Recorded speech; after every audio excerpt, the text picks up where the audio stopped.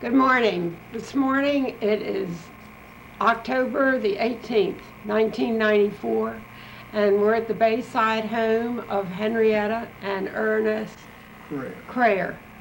And it is a beautiful, windy, cool morning. And Ernest, we want you to start with telling us your first remembrances of Anna Maria Island and when that was. Well, I can't say that I remember the first time I landed here, but we used to, as 13 to 14-year-old boys, we built our own sailboats, went out in the woods and cut our own wooden masts, and made our own sails, and we'd come down here and from Tampa, where I was born and raised. And we'd just cook on the beach on the wood fire, and if the bugs got too bad, well, we'd sail offshore and sleep in the bilge, get away from the mosquitoes and that sand flies. And many a time we'd tied up to the pier, and I just rolled up in a blanket and got up on the dock and laid up there and slept, And Now this was around in the this 20s. was in the 20s. 1920s.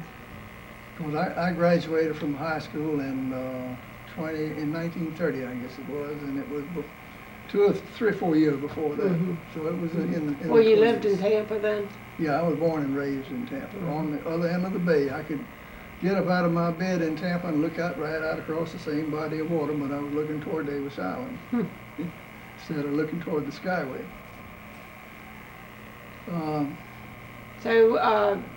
You and a group of boys usually came down here. Now, wasn't there a man that used to row down here?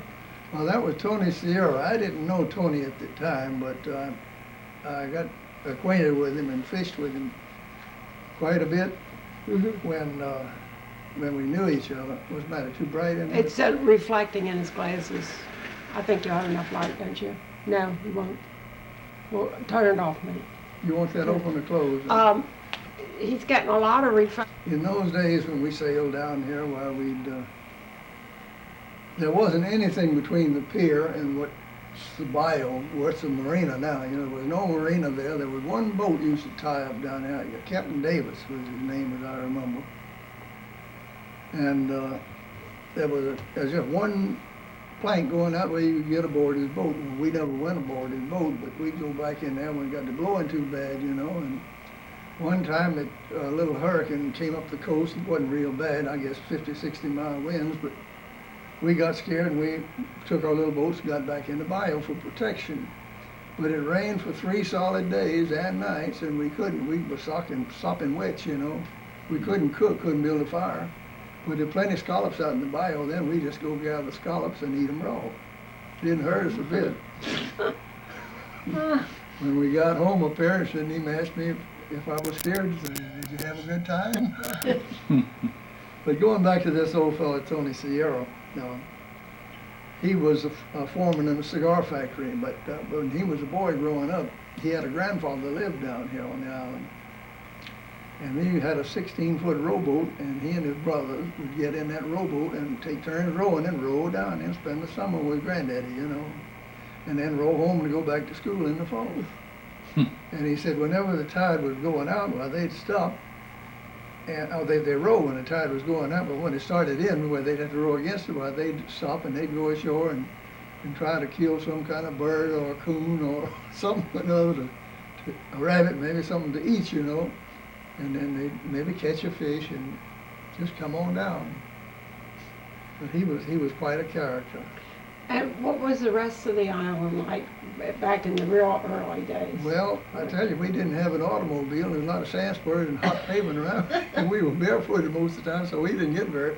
We got up as far as, I remember one time we came down, I guess that was about 1935. I'd gone to college then, but spring holidays we came down here, and Johnny McCade had a 14-foot boat, and 3 of us got in and started down, and it was pretty rough. So we started down and we went back. So the next morning we got back in the boat and we started down here again. It was still raining. Well, we had a bottle of rum with us. I think we nipped on that a little bit, college boys, and we got down as far as Piney Point, it was Piney Point. That's where the ferry landed over there.